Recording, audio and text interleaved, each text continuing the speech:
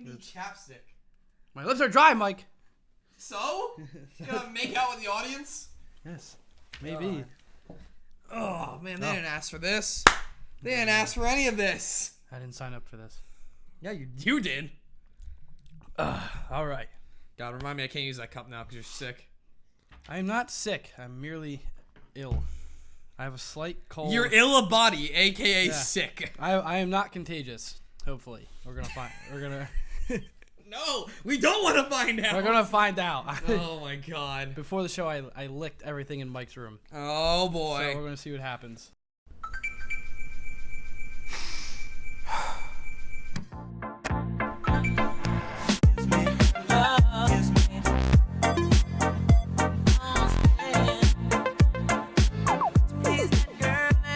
Hello and welcome to the Power Cycle Podcast. I'm Jack Barron. And I'm Mike Knowles.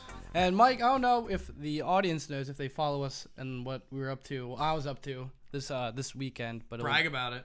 Well, it won't be this weekend. It'll be because this comes out next week, right? It'll be 2 weekends ago. So it'll be 2 weekends ago. So 2 weekends ago, but last week, okay. We also bragged about it last week because we explained that we were pre-recording the podcast. By the way, we were also pre-recording podcasts this weekend because I'm going to Grand Prix Richmond this weekend. So if you were at Grand Prix Richmond, you saw me. Kudos to you. If you didn't, what's your problem? Okay. So yeah, the last two have been pre-recorded before the regular Usually time. we do this on the weekend, and it comes out Monday. Yes. And we round up the week, or talk about what we want.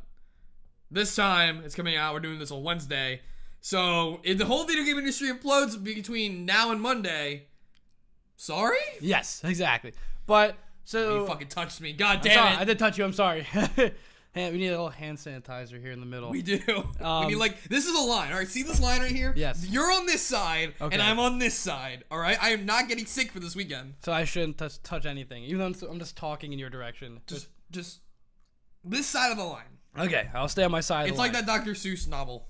Yes. Poor and Here's the Who. No. No, I don't know which one you're... It's the one where, Yertle the Turtle. No, it's the one where, like, I don't know what it's called, but, like, the guy keeps trying to do the guy... Is it the people who butter toast differently? Oh, is that like the Butter Wars or something? Yeah, the Butter Wars. And Oh, it's like yeah. there's a wall, and it's like you're on this side of the wall, and we're on this side. I don't think I've really read and that they one. meet at the wall every day, and like have like they one up each other. All right, fair enough. All right, back to what I was saying was I had the privilege of attending the Tribeca Film Festival as a member of the press. Mike and I tried to get into the Tribeca Games Festival. They had the first annual one, but so while I was there, I got to see a few movies. I went into VR. Which was wild. Which VR is very weird. Like on the like artsy side, like obviously there's VR for gaming, but a lot of the VR I played there was very I want to use the word like surreal. It was more about experiences. Yeah, probably I would say. Like a lot of them were kind of things where like let's say someone has a disability, and so like you live like I think there's someone who is stuck in bed, and like you live that. There's being homeless. There was walking through a concentration camp. There were like a lot of very... Oh, wait, what? Yeah. What? Like there were a lot of very, like a lot of... Wait, is that a movie or a game? Oh, these aren't games. They're just kind of experiences. Okay, so but these are films then. Wait, are they films? Like, are they filmed IRL and enacted, or are they constructed? I believe the disability one was constructed. Okay, that's a video game. I think the homeless one was filmed as if... So it was like it was real life footage. Yeah, I think they were filmed like you on a subway. And okay, yeah, so that's a film then. And I know the concentration camp was you were I think walking through. I don't know if there were any CGI. All I know is that I was speaking to the person who made it. They were saying how you're walking through the camp and someone is narrating. But so I think it is. That's a film then. I think it's a tour. But the coolest one I saw... Oh, so it's a tour of a concentration... You said walk through... No, it's not a tour. It's a, like, you're walking through it, and someone is describing, like, what happened in the rooms. It's kind of like a tour. Oh, see, the way you said, I got walked through a concentration camp as if you're a Jew in a concentration camp. No. I'm like, who the fuck made this? Jesus. Sorry, no, not like that. That's a little bit too intense. And then I saw one that was... They did Hamlet. This is actually very interesting. Ooh, I'm intrigued. So the way they did it was I was watching because it's very hard to like explain. The guy explained it. It's like very difficult to understand. So what it is was we were in a room and we were wearing Vives, HTC Vives. Sponsor. And so we were the audience, and then the people were on. So we were in Tribeca, and then there were actors in Brooklyn who were wearing bodysuits and motion capture, and so they would text the actors in Brooklyn and tell them to start, and then they would start performing, and they could see us, like our avatars, like watching them, and it was in CGI, so like it was the scene of the ghost, like his father's ghost. So the guy was playing this 10-foot tall ghost, and the other guy was Hamlet. And it was kind of like watching, like the Lord of the Rings, like behind the scenes where like Benedict Cumberbatch was the dragon. Yeah. And so that's what they were doing, but they were doing that live. Yeah. And so it's kind of like the models for Facebook VR kind of that you've seen. Sure, I think it's kind of like you're just all avatars and you're watching other avatars, but they're actually people doing things. But it's very cool because they could see us. And so, depending on where we were, right? But you can see they saw your avatar, correct? Yeah. So they would kind of play towards you, like, depending on where you were moving towards. And it was that was probably my favorite one. That's cool. That's badass. That was my favorite one. Fuck Temple Radio for not letting me come. Like, you send people to the festival, but you don't actually send anyone to get any content. Or, like, what is your reporting? Like, they're as the press. What did you actually do as the press? I got a lot of business cards for us. I was telling them about the network, and they want to come talk to us. No. But for Temple. Oh, we don't go for Temple. Like, we just say we're part of Temple's, like, radio program. They just let us come in. You can do whatever you want. Okay. And see, sometimes you describe this whole festival and it sounds like a joke, and then we try to get into the festival and they treat it like it's hot shit. So I don't know if you're just bad describing things or if I don't know what the fuck's going on. I think the film festival is much more laid back, except during it depends what you want to do at the film festival.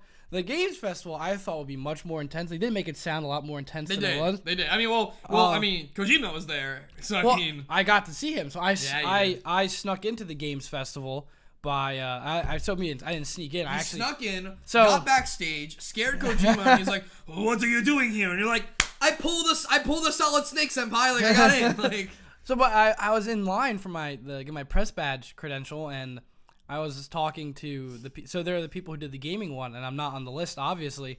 I was like, hey, like, I'm not on the list for the game festival, but can I go in? And they're like, yeah.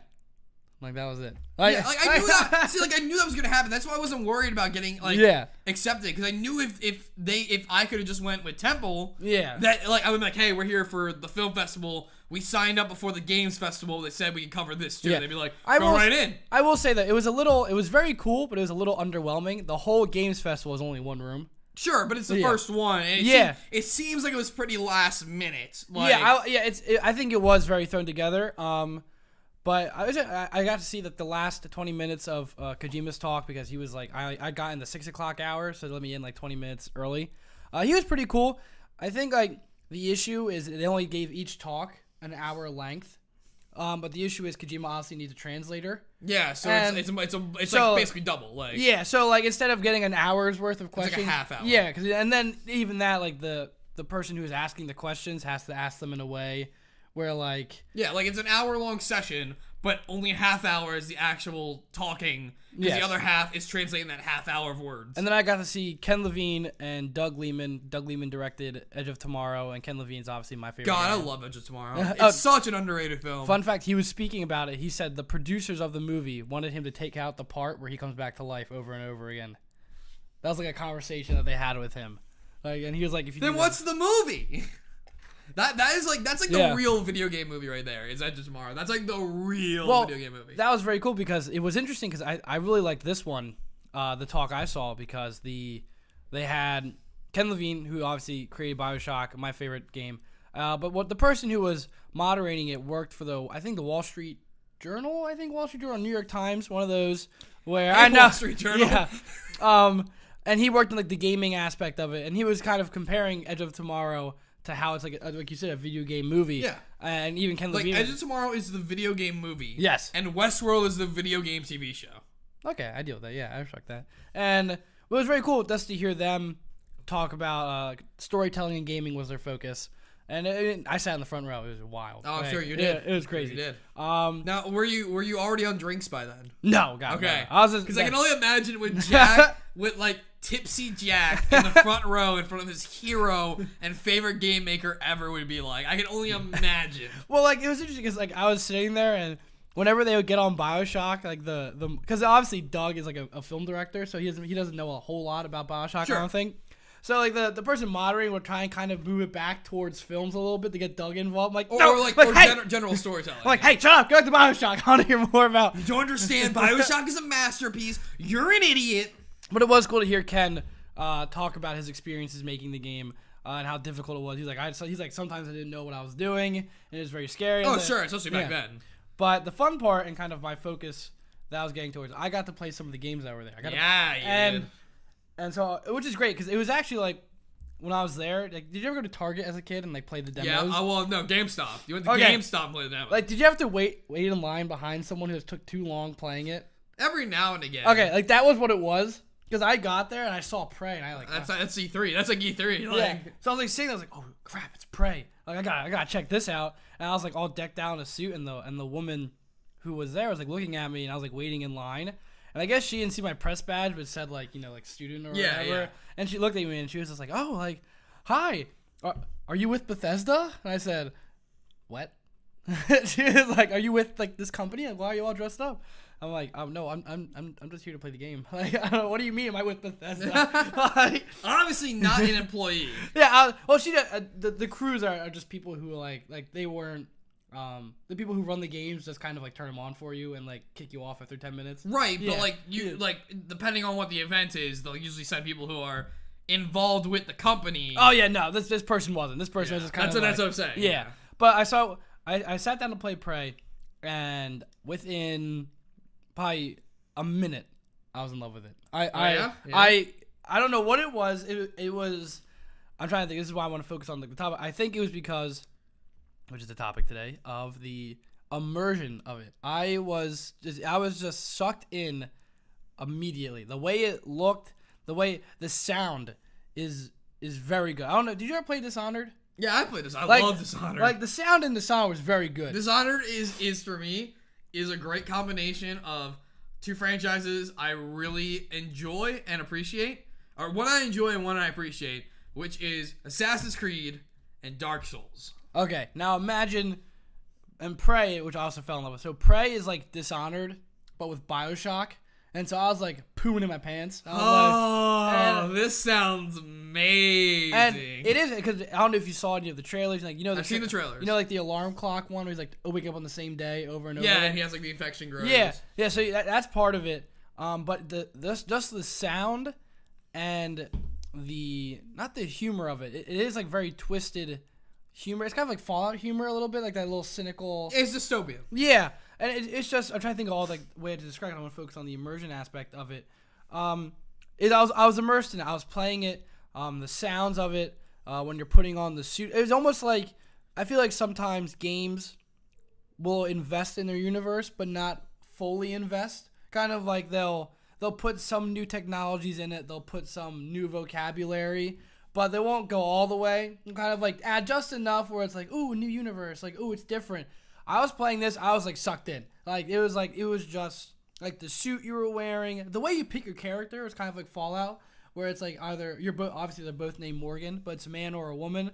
And you just go back and forth, and they're just like looking in the mirror, looking at their eye and stuff. And like, okay, that's very Fallout 4. And like, and you pick one, and then you wake up and you click the alarm clock, and you go to this, and like, you know, when you're kind of doing the tutorials, I feel like tutorials are like a good chance to immerse someone or completely break it. Yeah, absolutely. And in Prey, there's like this weird, like it's immediately tense.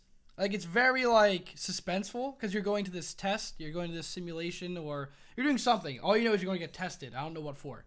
And you walk in there and they'll just be like, sick as fuck. Yeah, and it's like, oh. A bus is heading towards, 5 people, and you can the train one, like kill 5 or 1. Oh wait, what? That's like one of the questions in the game. Is they'll ask you that. That's the first test. Is they like answer that question, and it'll be like, oh, like interesting, like, and like the doctor will whisper like, is this part of like the programming of like, okay, never mind, and like, oh, on to the next test, and there's like a chair in the middle of the room, and it's like, hide in the room, however you want to do it, just however you want. And like I hid behind the chair, and all you hear him go is, "Oh my God, is he hiding behind the chair? What is going on?" It sounds also very like Portal-esque. Yeah, it sounds very Wheatley. Like, are you hiding behind? What is this man doing? Yeah, and that's very what it was. bad Wheatley, but yeah. Yeah, and that was part of it. And then there was one where it's like jump over a wall. There's like a little wall, and it says like jump over the wall, and you can jump over it, you can climb over it, whatever you want to do. I just jumped over it, and the guy just goes, "Did he jump over it?" And he's like whispering to like his like doctor, this other doctor. He's like, "Is this? Yeah, hold on." And like they disappear and like leave, and it's this whole really It sounds great. Yeah, and it's just weird, and they don't tell you anything, and then like it all kind of goes wrong.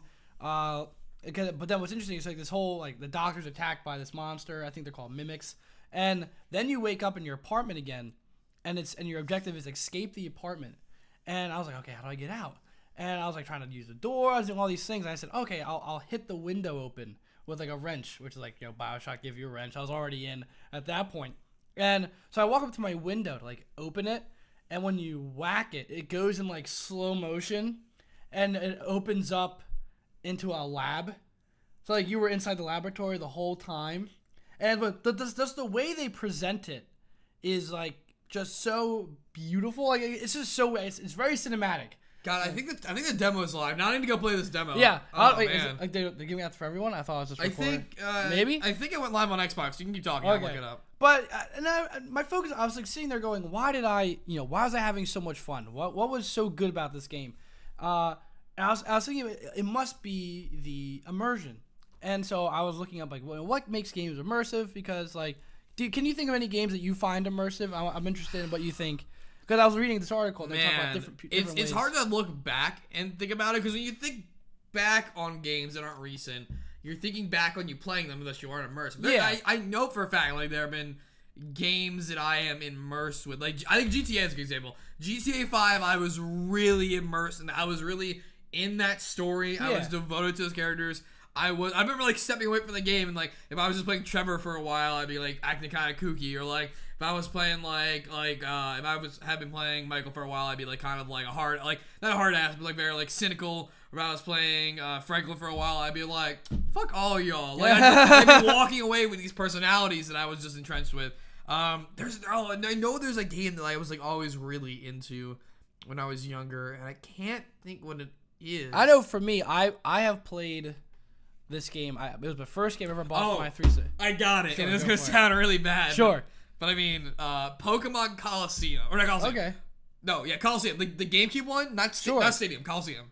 The one where you steal the Pokemon. Yeah, the one where they're like it's like Pokemon, but it's not Pokemon, but it's like the most on-brand Pokemon, not Pokemon there is. The one where you steal them. The dark, and they have like the dark energy, and you steal it. Yeah, basically. Yes, well, they're stealing the Pokemon. You're stealing them back. Yes, I know what you mean though. I know what you mean. Yeah, that one was good. It looks like the pre-demo is live on PS4 and Xbox. Oh heck, I gotta get that. It's the first hour of the game. Oh, I gotta get that. But I was interested. So I was reading this article called "The Psychology of Immersion," and the way they described it is not immersion. Psychologists call it presence, which I thought was a better word than immersion, because the way they describe it is, let's see, spatial presence is often defined as existing when media contents are perceived as real in the sense that media users experience a sensation of being spatially located in the mediated environment. So I was like thinking about that, and the way they listed these two things are players form a representation in their minds of the space or world with which the game is presenting them, and then we begin to favor the media-based space as our point of reference of where we are. And so I thought it was interesting because, a game doesn't have to be immersive in the sense of we feel like we're in the world.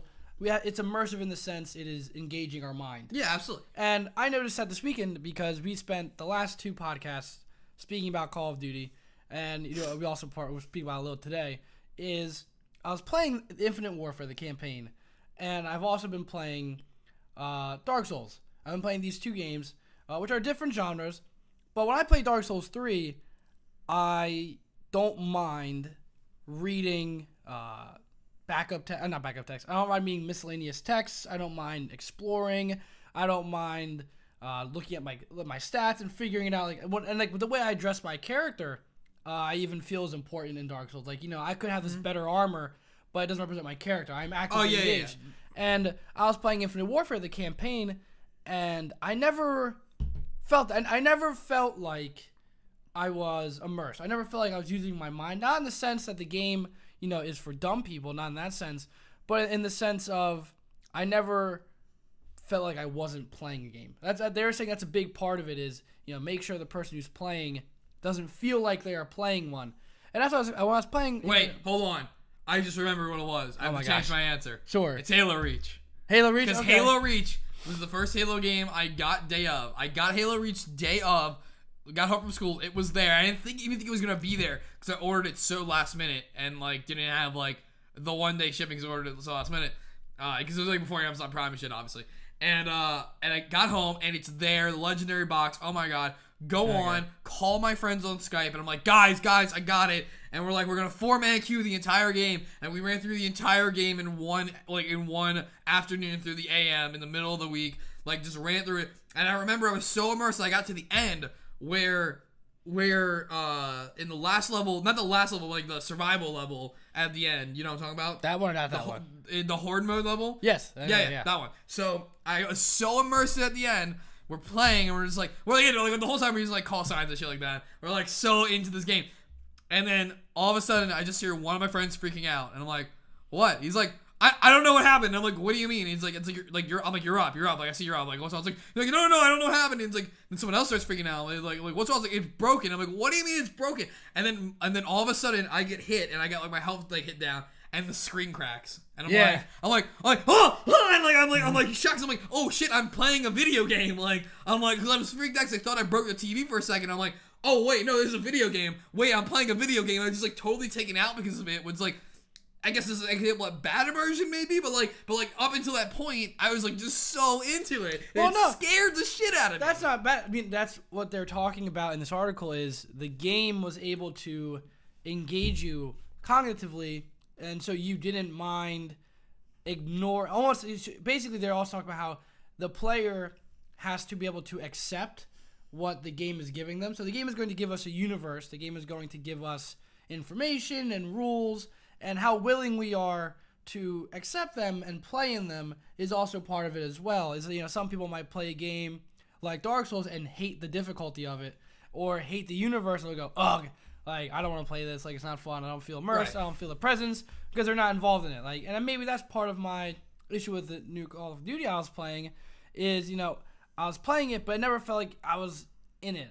I never felt like I was making that extra effort of being oh, I'm in the universe. I am this character. And I think the issue with Call of Duty games is, and some other first-person like Battlefield as well, is a lot of those first-person campaign shooters are very on rails, or they're always giving you new information. In Call of Duty, you always have some type of airstrike, and it'll say press up on D-pad to call an airstrike, or press down on D-pad, or don't forget that quick time actions. Yeah, or don't forget that you can dodge out of the way of things or whenever you go up to a door, it'll say hold X, and it's those little things where it never just lets me go in. And I think that's what I like about Dark Souls so much is Dark Souls throws you into this universe. It gives you a character, it gives you some lore, and then it says just whatever you want. And I think that's why RPGs are very successful is a lot of those games are do it yourself. Figure it out. What do you want out of this world? But I think sometimes even my favorite game is BioShock. I was very into BioShock, but I was just reading this article and this person said, oh, I didn't like BioShock because part of it as well is, all the characters should behave in a way that makes sense. And he's like, for me, I didn't get why these audio logs were laying around. He's like, why are these people leaving them around for me to find? And for me, that soaked me in. For him, it did not. And I think that's part of it as well is, his mind looked at that and rejected it and said, no, I don't like this. This isn't logical. And, thus the immersion was broken. I looked at it and I said, oh, how interesting. More lore. And I was sucked in even more. And, it's very interesting to kind of figure out, I played Prey and I was sucked in the first minute just by the guy hitting the alarm clock. It was this little almost effort. I think that's what I'm looking for is a lot of games put in this extra effort of you ever play Metro 2033? Yes. That is a perfect example where you're checking your gauges. When you read a map, you have to take out the lighter and look at it. It's the things that I think would be annoying in a game that you didn't like. If I gave it to someone who didn't like it, that'd be annoying. Well, I think it's also a matter of it's a good point. It's about effort. I think it's about also that it's about the game asking a lot from the player and not asking them to just mindlessly play the game, and then for that effort rewarding them. So it's yes, you have to like yes, a metro, you have to take it later, read your map and stuff like that. But for doing that, you get a very in-depth like experience. Like, oh, the animation is nice, it feels coherent, and like you get some kind of reward. You get some kind of like sensational reward out of like doing that. Or another good example like is Dark Souls. Is like we're going to make it so you have to actually like puppeteer this character. Like it is a lot to it. But a reward for that is you now unlock this vast world that you couldn't have. This was an on-rail system. And I said, I was just thinking about. One of my favorite games as well is Titanfall, and I like Titanfall because of the way when you jump into your Titan in first person, I was like, whoa, I'm in it. And it's interesting, this is a perfect example of my mind rejecting a game, is I played Titanfall 2, and I didn't feel that same presence because of the switch to third person. This switch of when you do an action, when you do an execution, we go to third person. That drew me out. I'm like, I was in, and then you take me out. And with Titanfall 1, everything is in first person. All of the chaos is in first person. Everything you're doing is in first person, so you never get taken out. Yeah, I knew I was playing a game, but I was involved in the chaos. So I like kind of like Overwatch is a good example of a very popular game, which I don't think has really any immersion whatsoever. It's basically a competitive game. Yeah. But it engages you cognitively. Yeah, absolutely. And I think that's what's important as well. It's a mechanically immersive game, not a lore or story driven immersive game. Yeah, I mean, kind of like when people like we play Magic or people play chess. Like chess isn't immersive. It's like it's just pieces on a board. I would call it immersive. But I mean, what I'm saying is it's not immersive in the sense of like a metro, sense, like in the mechanical sense. Yeah, but it is engaging in the sense of you are. It's like there are when knights. You're playing, you are like there are knights, rooks, and pawns, but there's pieces on a board. But when you're playing it, it engages you in a way where you're going, okay, this is a pawn, this has a value, this is a resource, and there is a battle going on in your head, and and I think it's a good sign of it if you forget the world around you. Right, it is this game and my opponent, and that is all that is going on right now. Yeah, because it's interesting to think about to go and look at the way different immersion. I'm looking at this list of things that a game should have to immerse you. And let's go through this list, like multiple channels of sensory information. So I think this is important. I think this is what Call of Duty lacks for me, is there's more going on. In Call of Duty, to me, what's going on is the firefight. Like when you're on the ship, people are doing things, but you really can't interact with them. They're kind of just There's there. no value to those things. Yeah, like or there's no value under the core information. Like it's the same value as if they were like, I am man A, he is man B. Yes. We are going with you to take objective A. Yeah, like when you're on the ship in Infinite Warfare, you are basically all the NPCs who are in the ship are never in a different spot. They're all in the same spot throughout the campaign. Whereas I remember playing what I'm trying to think about a game like Mass Effect. Mass Effect's a perfect example of again when you go on the ship, everyone's in the same spot, but they're always doing something kind of different. They'll react to what's going on in the game. Like if you have a conversation after a certain mission, they'll go, "Oh wait, wow, remember that mission? That was really intense." And like or Batman Arkham Knight, when you capture someone, they'll have different dialogue based on what you're doing, like who you're trying to capture at a certain time. I think Mass Effect is a really good example because yes. even it's a good example of what I pointed out earlier of for asking a lot, it gives a lot back. Where like it's not even just like they react to what happens, but because you have so many choices. Like say you took this one person on the mission, not this other crew member. Then they have a member of this mission, that other person has a member of this mission, and maybe the other person is kind of like, oh, well, you didn't take me on this mission. Like there is so much depth to that in that example. Like that the characters have. And a big example they showed was Skyrim and Oblivion. Whereas when you walk into a town, it isn't, you're not asking where everybody is. There is a town there. There are people who are doing things. They're looking like, it looks like the world is alive, and by doing that, it that doesn't trick your mind, it engages your mind. Because it goes hand in hand with this next one, which is cognitively demanding environments. So it says where players have to focus on what's going on, and getting by in the game will top mental resources. So basically, it's just engaging your brain. Yeah. It is just, again, I think it's Mass Effect, it's these RPGs, and even first-person shooters can do it. I think Battlefield, I'm trying to think how to describe it. I think old Battlefield. Bad Company 2. Yes, because I was reading some other comments, And people were saying, I went on Reddit and I was like, list your most, like, I was reading like most immersive games, and people said Bad Company 2. Bad Company 2 is a good example. Battlefront 2 is actually a pretty good example also, I would say. And they were saying Bad Company 2 because everything was destructible. So these environments weren't just maps you were fighting in. They were like, if you launched, like, basically what it's saying is it demanded you to think about it. Like, how do I get through this wall? I blow it up. How do I do A, B, C, or D? You have these options. Whereas I think when you play Battlefield 1 now, like, if there's a pillbox, you really can't blow it up. You kind of just throw a grenade in there, and all the walls are still there. Some buildings fall, but not all of them. You telling me Levolution is a lie? Yes, Levolution is a lie. But I think that's what is interesting is, I think a lot of people will look at games like Battlefield, Call of Duty, Halo, and they'll say, oh, those aren't, they're immersive to some, but they'll say, those aren't completely immersive. Those aren't Skyrim immersive. Those aren't Red Dead immersive.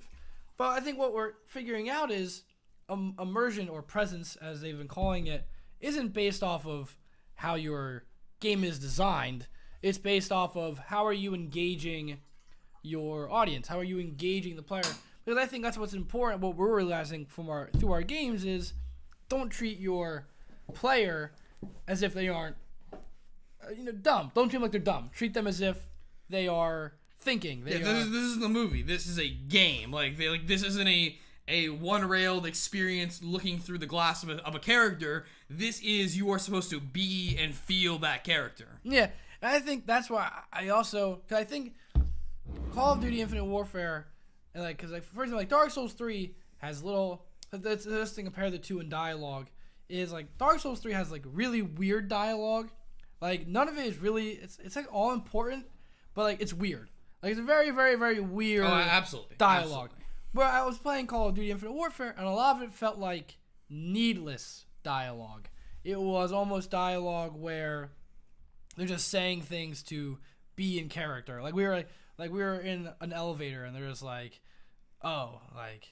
I'll be with you forever, hell or high water. And they just said randomly, I'm always with you. I'm why are you saying that? We're on an elevator. What's going on? What are you doing? We're going down to eat lunch. Come on. That was interesting. The best character is kind of which Rogue One was the robot character. Somehow the robot, surprisingly, somehow the robot had the most personality, and that's what was fun. I mean, I was more engaged with him because he was just saying things that felt right, or he was just engaging in a way where I was okay, this sounds normal. This is all making sense. Whereas the other character just saying army lingo the whole time. And I was I don't get, are you guys saying anything? You're just saying things that, soldiers would say to each other. But I just want to go through this other little quick list here. And these are things that they say break. Not break, but are part of it, if it's not there. And so this is, because I think this is Halo Reach as well, is they're saying lack of incongruous visual cues in the game world. So this is saying, they listed as if a mic were to come into a movie. And yeah. Well, they were saying if prompts come up in games press Y to pay respects. Now, do you think that breaks your immersion? Does that break it for you? Or It usually does. Always? I don't know if it's always. I mean, quick time events usually do. If it's a quick time event and it's not something at least in Call of Duty, you get to parts of the level, there's some quick time events in Call of Duty, breach and clear. As you do the first time, you see a door, that's a door I gotta breach, and you already know the buttons.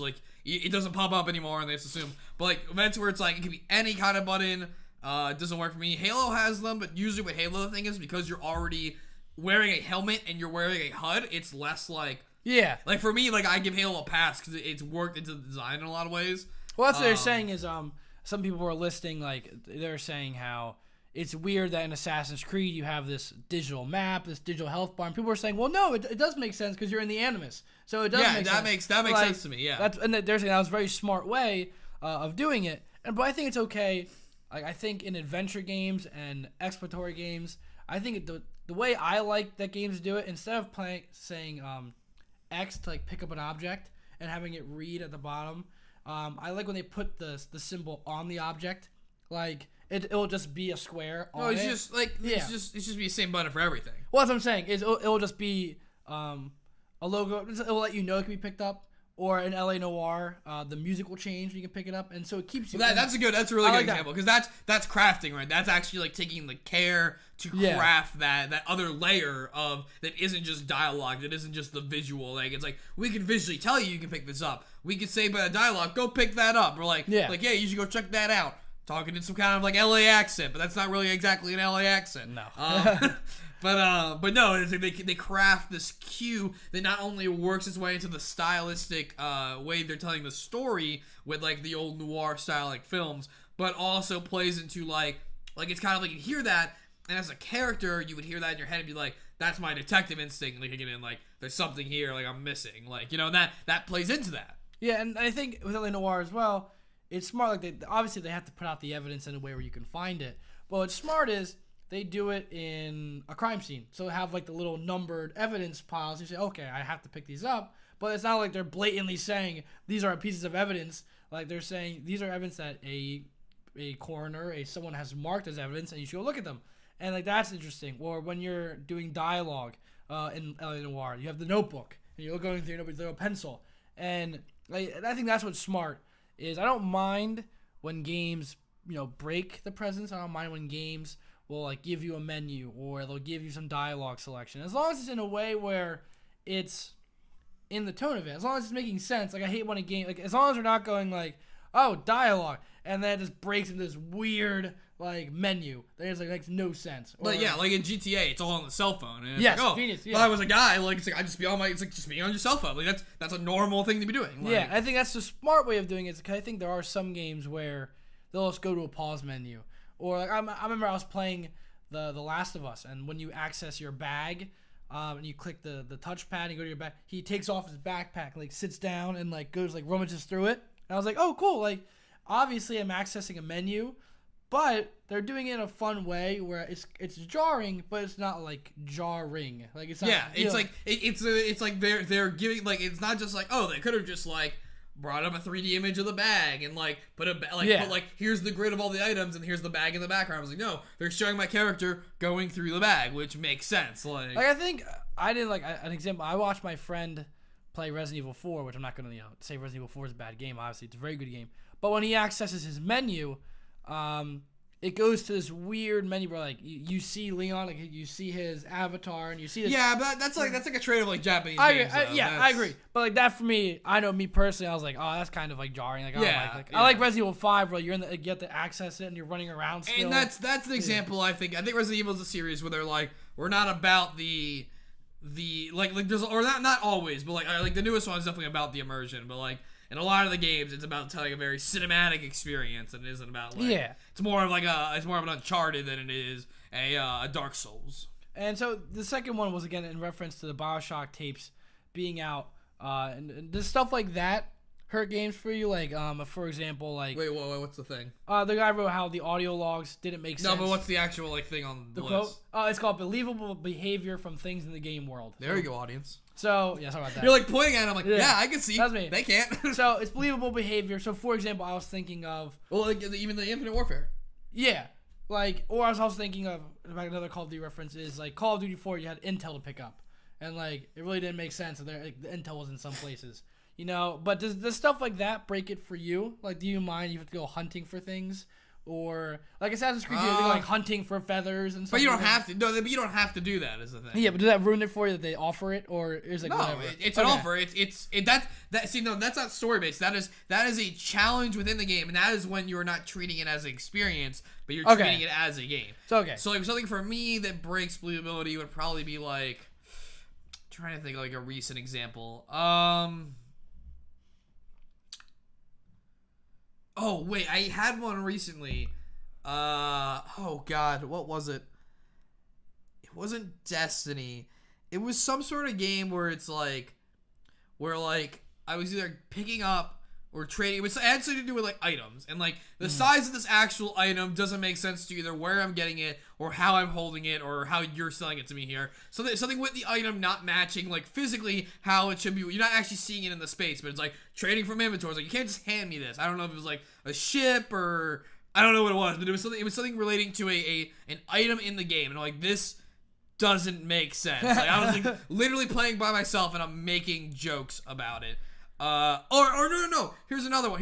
That I can think of. I play Pokemon Omega Ruby, and Steven walks up and is just like, yeah, he just gives you, he hands you all this shit, and then you go to see Latios, depending on what you have. It's like, oh, looks like Ladio's supposed to be with you.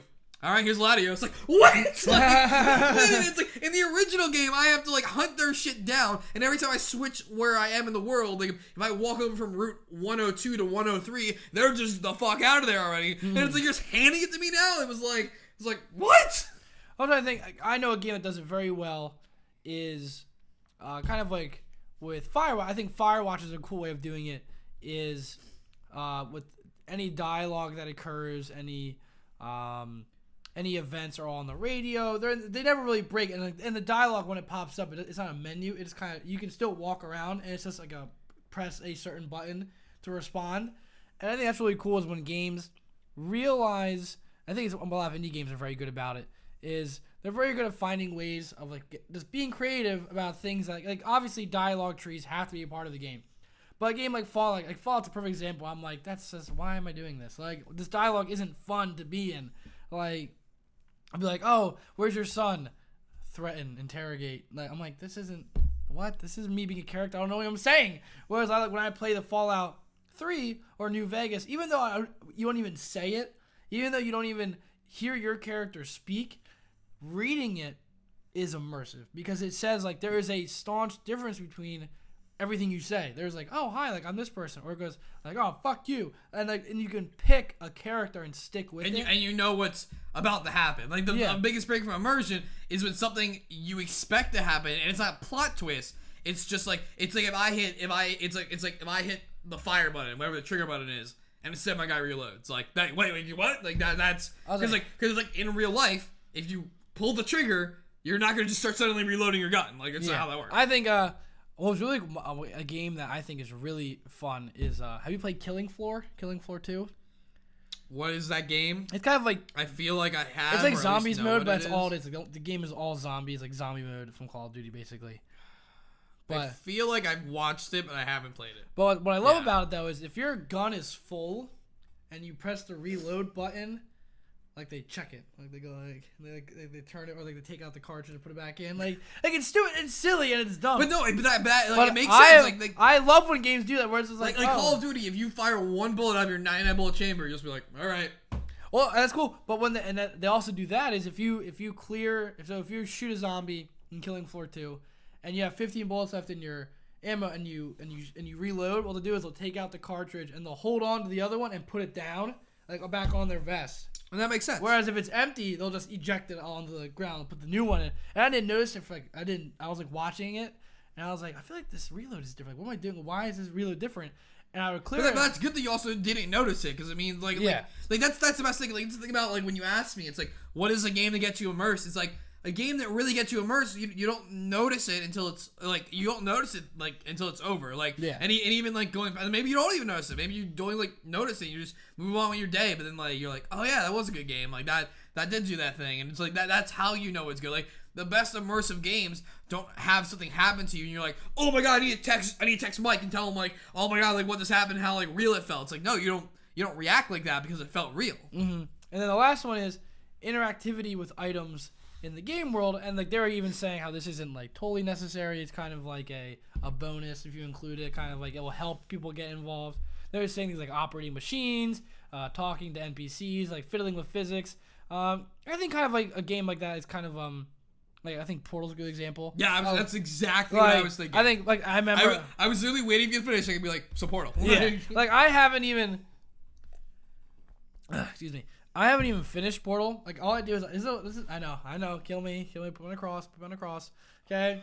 All I'm saying is I know when I play it, I'll put like a portal on the ground and so I'll just like go in it over and over again. Like that's what I'll do. I'm like I'll do that for hours. That's pleb level stuff, like, Jack. Step it up. It is, but like that's the fact that I can test the limits of Portal. Like if I go, ooh, if I put a portal here and a portal here, will that break the game? I go, oh wait, no, it didn't, because they knew I would do that. So like they knew like once they introduced this weird portal, they're like, okay, we know people are gonna do weird stuff with it, so we have to let them do it, or they're like, this game sucks. Like why give me a portal if I can't use it? And and I think games like Skyrim, where you can talk to everybody, I think is good. If don't put a game where you can talk to NPCs and you can't talk to like everyone in some way. Like that's the thing. Like Infinite Warfare, they added in this part where you can kind of talk to people. Like you can watch the news and people might react, but you can't talk to everyone. They kind of just like look at you and they're just like, They're kind of just there to fill space. Yeah. Like they're there to make it look more grandiose, but when you try to actually have it be more grandiose, it's like, did you expect something? But I'm on the last level, and they actually did. At the last level is the only point where they changed it, because you're going on this final battle, kind of like Mass Effect style, and every character who's like been on the ship with you, like if you walk by them for this final, even if you just walk by, your character goes, "Hey, like suit up, man. We need everyone. Like, hey, I've known you this whole time. Suit up." And like you're just walking by everyone, and they're all reacting to you because you're going this final. I'm like, where is this the whole game? Yeah, it's also like, but like, do you know them? Because like, or have you been with them? Because this whole time they are not talking to me. So like, I agree. They kind of do like the classic. I think a lot of games do this, where you walk into the room, and the character goes, "Ah, my friend of 5 years who I love dearly. And if I died, you'd be very sad if I died. How are you?" Like, it reminds me of you describing the end of Infinite Warfare reminds me of, oh man, this is gonna be like, this is really gonna date me and age me right now. But the leading up to the climax of the Recess movie, where Gus is like goes full general mode and like gets all the bullies and people to listen to him. I did see the Recess movie, but like in a sense of like I saw it when I was like 7. That movie I rewatched with my brother last summer. It actually holds up. Like, you just need to watch this movie. That show was so good. Oh my god. I agree. I mean, Recess was I so good. know it. Like I did watch it when I was younger, but you guys, hopefully some of you know what I'm talking about. Hopefully, yeah. Please, for Mike's sake, please know it. Well, it's basically just like, it's like, all right, yes, we agree. There's a problem. Well, what are we gonna do about it? It's like, we do this. It's like, oh, no one can agree. And then Gus, the big dork of the school, is like trying to take charge. And you can't do anything. It's like, shut your yab. And it's like, gets everyone. It's like, oh yes sir. Like it's like totally unbelievable. It's like, what? No, okay, he's not gonna act just like that. Like that's okay. It's like a whole 180. It's like, yes, we'll follow you because we have to follow you and we should follow you. But it's like, but really you don't. Like really you don't feel like that there way. is no relationship to kind of. Where you're like, oh yeah, they've been working towards this moment. Right, exactly. Yeah. I mean, that's a lot of like, what I think a lot of games do is they'll kind of introduce these characters where, like, I think the best one I can think was Fallout 3, where a main character in the game is your dad, and it's very easy. A dad is clearly, obviously, everyone has a father, in like in some sense, and so Jack, did you just say women can't have children together with other women? Is that what you're saying? Well, I mean, like, they would have like whatever. They would have something. Whatever. We're not gonna get into. Don't assume my parenthood. But I mean, everyone has at least a parent, or because someone's born from someone. Someone creating. Oh my god, you spit right in my eye. Oh, you fuck. Oh, you're. If I get sick this weekend, you fuck. Oh no, my god. You can't think about it. It's placebo effect. You're gonna. Jesus Christ, no, please, no. Just don't think about it, Mike. Just get some sleep. Just keep talking. Just keep talking. No. But what's good about in Fallout 3 is when you grow up with your father. You have he gives you your BB gun. My father. Yeah, he gives you. He raises you. He when you have the little toddler moment, he's like, oh, this is your mother's favorite quote. Here's your BB gun. Here's all this stuff. And then he leaves, and you react to that. But they didn't just wake you up in the vault and say your dad's gone. Go get him. Like, well, why? Like, what am I doing? Why am I doing that? You had this moments with him where you don't have to be very much bonded with him. But it's enough to the point where you at least appreciate him as a character, and there's a little bit of drive to go see him instead of just going, oh yeah, just go do it. It's the reverse of the opening of Assassin's Creed 3. Yeah, but I think an interesting way also as well is Dark Souls 3, which when you're spawned, and then they just go, you have to go get the 5 lords, and really there's no motivation, there's no context. Yeah, but that game. But that's part of the universe, though. That's part of it. It's not even part of the universe, though. It's more so the whole point of the game is if you want it, it's there, but you have to work for it. Yeah, but I think like the universe is very much like they summon these people who have been dead, and they're saying you got to do it because this is just how the world is, and that's the universe you're in. And you're not really supposed to know what's driving you. You're just doing it, and that's what's interesting is that even the boss characters will kind of question why you're doing. They're like, oh, why do you even want to get all the 5 lords? Like it's pointless, and it is interesting in that sense where part of the universe is kind of being unmotivated but still going. That's what's it's just interesting the way they do that. And so we got to cover a lot of. I got some water in my notebook, But heaven forbid you got water on your notebook. But so we come about immersion and presence, but we're gonna cover because Call of Duty is yet again in the news. What's going on here, Mike? Okay, so my topic for this week. This is our third week. Okay, this isn't about Call of Duty. Call of Duty is just a jumping in point. Okay, Call of Duty jumping in point. It's actually about YouTube. We're talking about YouTube again, technically. So actually, we're kind of just rehashing all of last week. We're talking about Call of Duty again. We're talking about content creators again. So we're jumping off point. If you guys want to kind of follow along with where we're gonna start this conversation, go to Kotaku. There's an article posted by Cecilia D. Anastasio. Tell YouTubers say they can't make money covering Call of Duty World War II.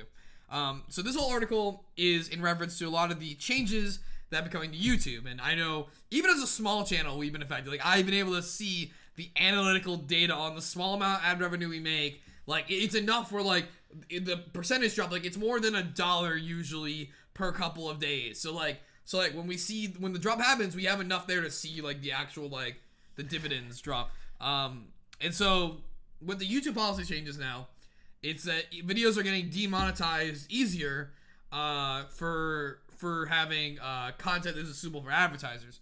So one of those things that it can be is like violence. It's like mature content. So like violence, like swearing, stuff like that. Oh, well, we're done. Yeah. And so what people assume is like, oh, well, violence is like real world violence. Like this is a video game. It's war footage, stuff like that. Right. Yeah. Like you're not gonna go looking for a video game unless you're right. Like no one's gonna search Call of Duty and then get offended by the violence in Call of Duty. You know? Yeah. I mean, like it isn't like you made a short film titled "The Lone Survivor" and then there's a whole like scene where he has to fight another homeless guy over food and it gets like a bloody like stab fest. Like no, this is Call of Duty. You search Call of Duty. And it's not real warfare. This is a video game. It's not like real. There's no children's book called Call of Duty. You might be like, whoa, wait, hold on. Right, and like you know what? You not only know what you're getting into when you're searching it, but it's not real warfare. Like this isn't like video of World War II. This isn't like footage. This isn't like body cam footage from over in like the Middle East right now. Like this is a video game. And I would say it's also like I know our videos, if you click more info, it will say like category gaming, and it will say what game we were playing in the gameplay as well. It would list it, Right. So it's not like you click on it, it goes like Call of Duty World War II, war footage at the bottom. It says gaming, it says Call of Duty World War II. Right. So it says all the information. So you assume then that, things would be okay. Turns out they're not. So this article mostly revolves around Prestige is Key, who was a COD YouTuber, very big, million subs, all that good stuff. And the interview is with him and basically talking about how he's been hit specifically, and how a lot of it, like it's been bad enough with COD, like some COD stuff has been getting hit since the changes, not all of it, but some of it. But now it's like World War II, and it's the fact that it's World War II is apparently a topic you can't talk about on YouTube that isn't advertiser friendly. And so it's getting a lot of demonetization. So so we have like quotes here from him and stuff like that. He said, "I thought this wouldn't affect gamers because obviously video games aren't real." What is the my World War II zombie related videos have been taken down even. So like this is about him talking about the zombie mode. Yes. In the game. So this is it's not like, so like this is the news. Like people who subscribe to COD channels, they want to hear about the new Call of Duty. Like if you're subscribed to a COD channel, the guy's supposed to talk about, oh, here's the reveal trailer. Here's what they think about the reveal trailer. Oh, here's this info that came out. Like you expect those kind of videos, and they can't even monetize those videos. So it's like you can either spend the time making other content, but then you're letting down your subscribers because like you're not doing the things that you're expected to be doing. It's like if we had like a political channel, right? Of course, yeah. And we didn't cover a debate. Yeah. Like a debate happened and we didn't talk about the debate, and instead we just talked about something else like related to politics. It's like, well, wait a minute. It's like I understand you don't have to do everything politics, but this is the debate. Like you need to talk about the debate. And so if now apparently if you're going to make the content talking about Call of Duty World War II, which is what you're expected to do, oh, you're going to get demonetized.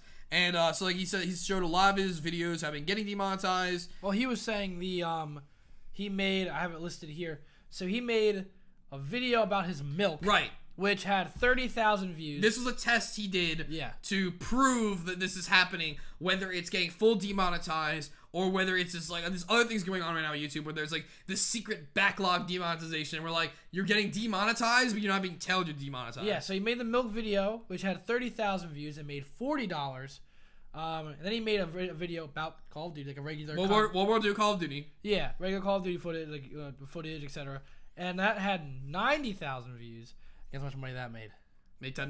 $10. It's crazy. It's absolutely insane. 60,000 more views. $30 less dollars. Just because the content isn't advertiser appropriate, which again, like the people watching this content know like it is advertiser appropriate because you get into it. It's like if you like, I understand maybe like Walmart doesn't want to be like put together with violence, but people who are going to be offended by seeing Walmart in front of a Call of Duty game aren't watching Call of Duty videos. Now, here's my question, and about this whole advertising kind of fiasco, we haven't really talked about it too much, is now obviously if you know organizations like terrorist organizations and then hate speech is occurring on YouTube, you know, obviously YouTube shouldn't be funding that. Because not really funding it, it's just, you know, YouTube has a system where advertising... Right, they're trying to fix that by making things more automatic. Because for people who say, oh, just hire people to take care of this, it is literally impossible to hire enough people to watch every second of YouTube ever uploaded. You will die before that ever happens. But here's my thing is, you know, I think there was a very big reaction to this, like, oh, YouTube is funding hate speech. I'm like, YouTube isn't funding anything. Like, do you ever watch a YouTube video and associate the advertiser with what you're watching? So the biggest problem here, though, the biggest problem here, that wasn't exact. That's what like the pleb people who just share headlines on Facebook were saying. The actual problem, which the majority of us understand, and it started from this. Like, a lot of people don't even know where this started. It started with the fact that obviously ISIS recruiting videos on YouTube. Like, can't stop them all. Like, we'll find them, we'll take them down, but you can't get rid of all of them right away. Of course, yeah. On a video for an ISIS recruiting video, the pre-roll, if you were in like a certain, if you were targeted for this ad, like you're perfect for this ad, was some video related to the UK Parliament that taxpayers in the UK paid for. Yes, okay. And that's we should have the right to control where our message is being said, because obviously we're not trying to fund terrorism. Like that's like we're not trying to have people fund terror. I think that's the thing. But like, so like, yes, if you're PETA, right? Yeah. If you're PETA and you want to have a PETA ad, even though I think PETA is a god-awfully run organization for what their message is, you don't want your message showing up on a video about how to cook steak, probably, or how to do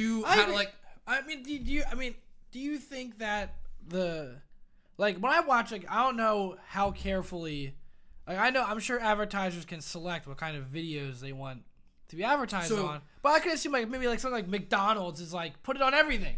Like, I'm sure McDonald's wants to be on every channel. So here's where it starts to get more complicated. Sure. So there are new things that we've been able to see. I don't have them up right now because I didn't know how in depth we're going to get into this, but it seems like you want to go in there. So we'll go in there.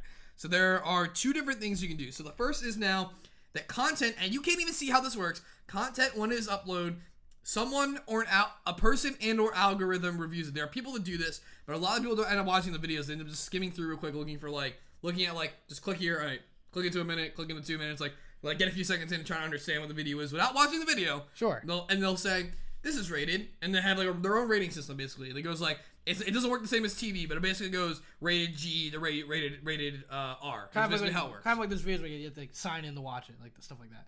Like they'll determine if it's that level. But there's other levels there's other levels below that. Like you can be rated mature. You can be rated mature for just swearing, but you might not be under explicit content. Okay, I understand. Yeah, I'm figuring it out. Sure. So first of all, people aren't like, these are being done by robots. So if you're like, oh, Call of Duty is rated M, naturally it is. People forget about that. But most people who play Call of Duty are not 18 or older. Yeah, much younger. Yeah. So when advertisers say, oh, I don't want mature content, because mature content can be like the N-word and stuff like that. It's like, I don't want that. So I'm gonna do like everything below that. Well, then you defund, like for our example right here, Call of Duty, even though a lot of the like viewing audience is of age, they're seeing it correctly and stuff like that. So there's that, and you don't get to see there's no way for us as a YouTube channel to see what we can assume what they're marked as, but there's no way for us to see what the system has marked as. Like we have like, and hold on, and if you're not marked yet, you might not be getting served up ads on those videos because you're not marked yet, and they have it marked to not play on videos that aren't rated yet. I'll say I know you handle a lot of our analytics, and I'll say, like, do you know who is advertising? Do you know who is advertising? Advertisements are served up at, so it's two ways. They look at the content. They look at the content and say, these are ads that fit what the theme of this content. Like, you're not gonna have an ad for I don't know, beauty. You're not gonna have a beauty supply on world record for longest zombies run, like Call of Duty Zombies run. You're not gonna have that showed up. So they look at the content. It's like X 100 ads are suitable for this kind of content. Like they're kind of related. We assume the demographics will enjoy this. Then, if you're signed into an account or if they have data on you and you as a viewer go there, it looks at your data in comparison to the list that's already made and said, this is an ad that you haven't seen yet, or maybe this is an ad that we think that's best for you, and they'll serve it up to you. So it's a two-way algorithm where there's a bunch of preset, and then they look at the data of the person coming in and try to match that up.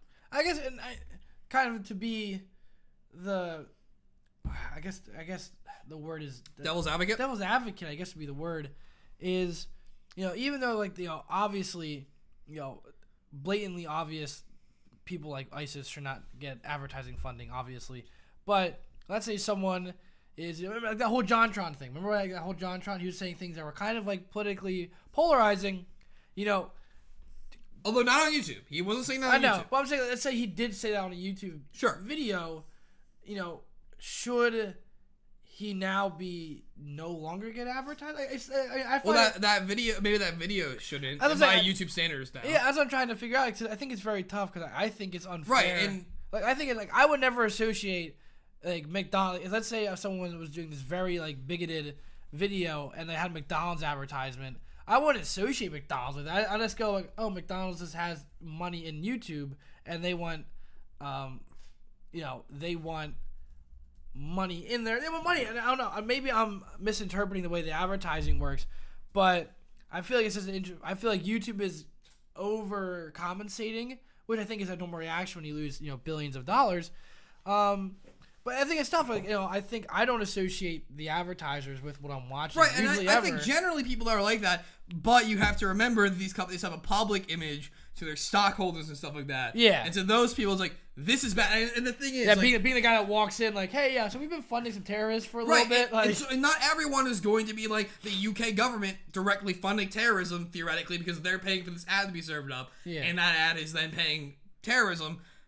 But why would you risk it? It's like, why would we? It's like every airline after United should put in a policy to really raise the amount of money they offer passengers to get off the plane, because it's like, hey, it's like, it's not like we ever plan on beating the shit out of a guy to get out of a seat, but we should maybe never let it get to that point. So, like, we'll do that. Oh yeah, and 402 Thunder 402, who's another COD YouTuber, he says, YouTube is dead. He says people should not put their income on YouTube advertising. Oh yeah, I'm a very firm believer that you should diversify. So whether that's Patreon, whether that's merch, like stuff like that, you should be diversifying. I get that, but you also have to hold people like YouTube accountable for just the lack of transparency. So do you believe that YouTube owes these people at least, for them to at least maybe information on what is being done? And they should, but they're not. That's what you're saying. And so it's just because I think it's a very, it's a. What do you think the form of action is? Do you think YouTube should go on? Do you think it's safer for YouTube to just cut back on all this advertising, or is it easier to kind of have it almost not ban accounts, but cut off advertising to bad channels? What's easier, do you think, for that? I'm sure. I don't know what the answer is, to be honest, but I think the one answer is that they need to be more forthcoming, and I think we're seeing a lot now. Like, a lot of people are like, hey, like, a lot of people are like, Twitch is having talks with a lot of big people on YouTube right now. Like, there's a lot of YouTubers who, like, I follow, or people on Reddit and stuff like that, who are like, hey, like, had to talk with Twitch today, things are looking good, because people forget Twitch, like, a few months ago, added that you can upload videos like YouTube to your Twitch accounts. Like they are ready to, like, just swoop in here right now and take this up. And there's hello, Twitch. Yeah, I mean, there's other things. And here's the thing I was trying to find. So there's another survey, or not survey. There's another thing is to, like, about, like, the type of content that you're against. So whether it's like you can not do it by maturity and you can do it by, like, type. So there's and this is also, these are mostly things that are like auto found and filtered by tags. And so they're like mature content, sexual content, etc. So then between that, now you as an advertiser can choose, hey, I want my ads to appear on all content except for specific exclusions, so you can like customize which ones. All content except for mature, unlabeled, and sensitive subjects. All content except mature, unlabeled content, and all content in general. But instead of the thing that you would assume being better for Google also of, hey, like if these people aren't reading the terms of service, we'll put it on everything because that makes us more money. And if you didn't read the terms of service and like actually choose your dialogue box and like you can't get mad at us for putting it up wherever, the default is to show it on everything except for mature and unlabeled content, which means if your stuff just isn't labeled yet during peak viewing hours, like let's say again we're talking about like a debate. Let's say a political channel again, debate happens. Like we post it like right after, like right at peak time. Like we have we live stream and then that stream gets archived and goes up right after React, and it's like that's the peak time people want to hear from us, so it gets like 500,000 views within like 48 hours. Say someone didn't get around to that, like labeling it. Anyone who is marked to not show on unlabeled content, no ad showed. That's tough. And the default should be all content. Like it doesn't make sense why the default is all content for mature and unlabeled. Like it's yes, I get that Google is trying to cover their ass by doing that, but if you get the dialogue options and then don't like do that, then that's your fault as the person paying. And the thing is, people don't understand the most of all is that these systems have been around in one form or another. They're not in these exact iterations, but YouTube has had the ability for advertisers to cater and tailor how their ads are served up and to what kind of content. At least they were doing. Because I know for a fact, my one friend, I'm not gonna call it names of companies, but he interned at a very medium, large size company back in the day. And there was a local political ad for, I don't know if it's Congress or something like that was running around, and it would have affected their company, and they're like, well, we don't want to promote this guy. Like, we don't want to promote this guy at all. And they are able to, as in their YouTube settings, say that we don't want this specific ad running. So if YouTubers have that kind of control, imagine the kind of control the people who are paying to get their ads out there have. Yes, so the person, if you can decide what is shown, imagine if you're the one giving them actual money. Exactly. What you control. And so I guess the big question is, if you're Twitch, is this your moment? Like, this is like, a moment. Like, yeah, no, this is Twitch's. This is what Amazon has been waiting for. Amazon has been waiting in the wings, like for the day YouTube would royally screw themselves. And granted, they've taken a market all their own that's individual of YouTube that has its own quality, its own like slice of life mentality almost to it. Like streaming is totally different from regular videos. Of course, yeah. And YouTube will always be king, whether it's the best place for every creator to go or not. In general public, if you're the person ingesting content, YouTube will be king of just video created content. But it's in the same way that like when it comes to like short films, like okay, whenever you get a Vimeo link, you're like, this is a short film. There's like a student film. Yeah. This is a fan-funded film. This is a film that isn't by someone who is making a living off of only making his own films, which like, and then maybe you'll be on YouTube at that point because you're building the brand. Because once you do that, Twitch, you get a Twitch link, you're like, this is gaming. This is like this. Maybe it's like gaming, but this is a live stream. So this is an event or interaction where I'm going to be watching something live or interacting with someone live, which is totally different from like listening to this podcast or watching a Let's Play. Now, I know a lot of the people that we watch, a lot of the YouTubers we like, they are. I don't think Rooster Teeth has made the switch. I don't think they go to Twitch, right? They have their own. They now have their own Twitch stuff. Okay. But they don't, and they're perfect. They actually put up a video the other day that people should watch.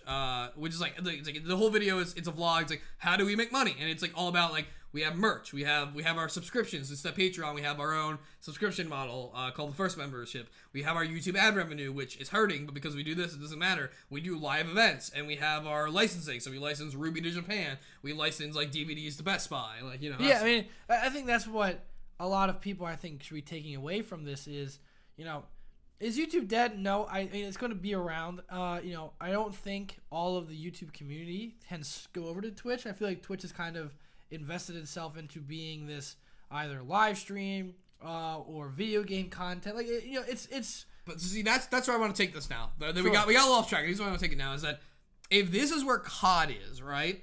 And this is the first big thing. This is the first really big game that can be construed in this way. And now we're seeing the COD YouTube community. Imagine how many other gaming communities are going to be hurt. Like, Halo isn't relevant right now. What happens when Halo 6 comes out?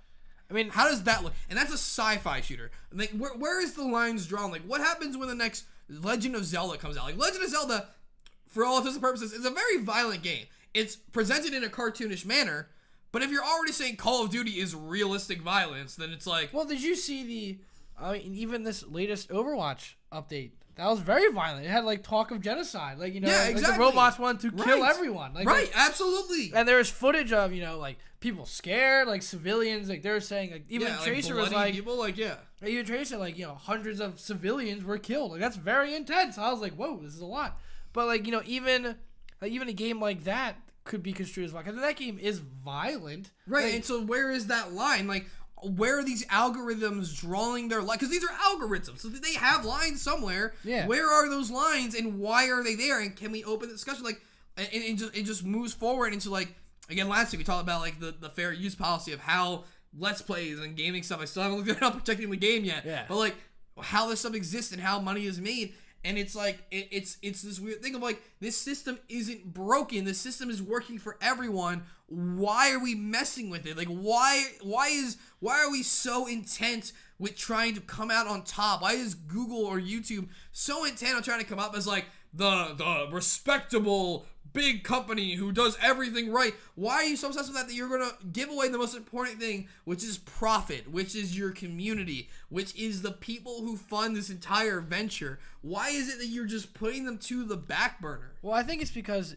I think YouTube looks at itself and says, maybe I am too big to fail. You know, oh yeah, absolutely. I mean, even look, I mean, to me, like, I'm already seeing, like, troubling waters of, like, Philip DeFranco is like, I'm gonna start my own thing now. Yeah, like, he left his network or his partnership. I don't know. Whatever, I'm not an affiliate guy, so I don't. Whatever he was in. Yeah, and now he's starting his own news network, and he launched a Patreon. Yeah, I mean, that's people are like, you know, these are the rats leaving the boat. Like, these big guys who are like, no, these are the rats leaving the boat. This is the crew leaving the boat. Yeah, like, we're the rats. Are like, hey, we'll just hang out a little bit. Like, yeah, like here, like, and the captain's getting off. Like, all right, guys, it's been fun. Like, yeah, like, well, none of the captains, like the first mate. And like, here's the thing, like, I'm not one of those guys who it's like, we are YouTube. Like, YouTube wouldn't exist without us. Like, we are the creators. We make the money. I'm not that kind of guy. I understand that this is a very give and take relationship, but right now, it's a lot of take and not a lot of give from YouTube. Yeah, and I guess the question is, you know, we have to look at, I guess, how many big, I guess, you know, I think there are just too many smaller YouTube channels. You know, like for us to talk about this, you know, we're not losing thousands of dollars. We're losing, you know, and this isn't our livelihood either. Like, we're not. That's what I'm saying. We're not relying on this right now. I think that's the difference. Is there just aren't enough people making livelihoods off of this for YouTube to go, all right, we shouldn't do this. You're right, this is bad. Yeah, for gaming specifically, and that's the thing. Oh yeah, like, I mean, and it's the issue of, like, let's look at it this way. If let's say Target said, you know, we're gonna stop giving all of our employees money, everyone would freak out, right? But now YouTube goes, okay, we're gonna stop giving these video game streamers their money. We're gonna skim some of the fat here. Like, who defends you? My dad would laugh. Like, who defends you? Like, who's gonna come out and say this is wrong? No one is. Like no working person's gonna look at these people and say, I feel bad for them. But right. They should. But they are. Like, that's a whole nother problem. I can't even get it. That's a whole problem about, like, paying for art and paying people for their work. Like, when, like, because so many people, like, and that's the thing, like, pirating. Like, I was on the subway. I gotta go into this. I was on the subway the other day going to pre-release. Yeah. This is guy walking down the subway, just this, like, baggy guy walking around with, like, all these, like, cases in his arm. Like, what is going on here? Reeking of weed. Like I'm okay if you smoke your marijuana and all that stuff. Devil's lettuce, woohoo, all that stuff. But, like, this guy is reeking. Like, this is, like, I don't know what this man is. And he's walking around, like, what is this guy? And he, like, stops. It's like, DVDs, we got movies. He's selling, like, pirated DVDs on the subway, and this isn't, like, old shit. He's selling the brand new Fast and Furious 2 days after it came out. Oh, okay. I'm just like, and, like, if I'd have to go to pre-release, I would have started a shit show. Like, I would have, like, went up to this man, and, like, because, like, as a content creator, it's like, this is our livelihood. Like Like, what? It's like, no. It's like there's just this whole mentality of, like, we don't have to pay for content. We don't have to pay for these things. We don't, like, we just get it for free. Like, why can't you just keep making it? Like, why do you need money? Like, it's like, no. It's like, you can't. Like, you can't. And I'm going to stop myself there because I'm going to get on, like, there's a whole other discussion for a whole other venue and a whole other day. And I guess kind of like to wrap it all up is, where do you think we should go from here? Not us as in us, but like, as a community of, as part of the community of creators. I mean, we need to force a dialogue. Like, it's just another thing of, like, that YouTube and the world, and once again, like, games always get the backside. Like, you're just at the Tribeca Film Festival where this guy's trying to talk about his game. At the gaming festival, they spun off, and the moderator's trying to make him talk about storytelling just because he doesn't want to talk about the game. It's like, this is like game programming. Like, why is it that you think you're better because you're a filmmaker? Like, games are art. Games are stories. Like, why can't we have this level of respect that you have? Why is it that people who play through games and do Let's Plays, who are essentially critics of games, like, why are they less than a guy who writes a film review in a newspaper? Well, like, as a film critic? Being at that games festival, I think was for me, that was exciting. Because it's validation. I was like, wow, this is cool. Like, this industry is coming somewhere, and I think that's what's important to take away from these dialogues is if YouTube people and gamers especially aren't being appreciated, then let's just go somewhere. Imagine the first person who was like talked about movies and was like, I'm gonna review a movie. I was probably like, why? You're an idiot. And now everyone does it, and then. And then 10 years from now, I was going to say, oh, yeah, I remember when the gaming industry first started and no one liked it. And, that's the difference is, kind of wrap it all up, is I think right now this is a moment where the gaming community and just creators, like, this is the first time, I think, in history where you don't have to be part of a network to create. You can just create whatever you want. This is making content, whether it's films, music, books, pictures, paintings, anything in the world. It has never been easier for you to go out and make anything, and not even art, not even creation. Make something. Make an industry, make a business, make a job, It has never been easier to go out there and chase something down for yourself. And that's the thing. If YouTube is going to look at these people and say, we don't want to feed this creativity, we're going to block people from seeing you. I think the community has to go, okay, then where do we go? Like, who's going to keep this up? And I think Twitch is standing there going, we're going to be those people. Like, fine, come over. Like, stream. There's no place like YouTube. Like people who, I agree, there is people no who place make like content like us, like, we're not streamers. Like, we'll stream, but like we're definitely not like streamers. We are content creators. I agree. We curate our stuff, and that's not a platform for that. At least it's not yet. I would love to see Twitch really evolve into that point. I agree. But it isn't right now. And so like it's about like, do we start a new platform? Who starts that platform? Like there needs to be a drastic change. And the problem is, if only there was a network for your entertainment. But no, like it's a conundrum. Like, we know the answer, but no one's equipped to solve that answer, because whoever creates the answer then becomes a business in themselves. You become YouTube, subject of the same things. Not the same thing YouTube, but it's like, we need advertising companies. Like, why would they come to us instead of YouTube? Oh, because we have all the people that YouTube said they wouldn't put their ads on. It's like, well, that's kind of a red flag to them, isn't it? Like, there's just so many problems. Like, that's why Twitch is the only chance to really sweep away the content creators, because of the fact that they're owned by Amazon. They don't need advertisers, because they can just push their own ads. They have their own ad networks, their own products to sell. They can just push whatever they need to push to make it work. And that's why, I'm not the guy who's like I'm not uploading all of our shit to Twitch. I'm not doing that because I feel like that. I'm like a guy who's like splitting the community. I'm not a guy who, of course. I don't want you to have to like follow. Like, if you want to follow us on Twitch, that's fine. We're probably streaming on YouTube also. So like, I'm not gonna make you go somewhere else for some other content, or go somewhere else to get all the content. If you're on YouTube, you're gonna get all the content. But like, Twitch is in a position where like, they make it good enough, we'll go over there. Like, I feel and a lot of other people are ready for that, and I feel like Twitch is like silently ready to pounce and do that right now. I agree, and I think the only one's able. I think we want to hear what you guys think. I think this is a big thing that even because I'm sure a lot of people who watch us are we even smaller channels talk to us all the time. We speak to smaller channels who are around our size. I think this is a big moment where we can go. Where's the community going? Where should we go? And hold on. Speaking of all this, sure. Not that they need it from us because we're a small channel. We're talking about our channels. All you guys right now, if you're watching and you love great gaming content, I want you to go over and go to youtube.com/GameAttack. They're guys who used to work at Screw Attack, who have now gone independent and are doing their own thing. It's some of the original founders. They are completely independent of Rooster Teeth now. They are maybe launching a Patreon, but I don't think it's happening anytime soon. They're working all off direct donation, YouTube ad revenue, which is now getting a hit, and they made this decision weeks in advance for that to happen. They're working on Super Chat from YouTube. They are basing their entire livelihood on their own now, so if you like really good, entertaining gaming content, go check them out. They have some really great stuff. They really, really deserve the support. There you go. You heard from him. And thank you guys for watching. This is our 10th episode? Ninth episode. Ninth. Well, I said the big 1-0, so that's exciting. But, so that'll be a week before we go off for... So the last one... Yeah, there's going to be some changes coming.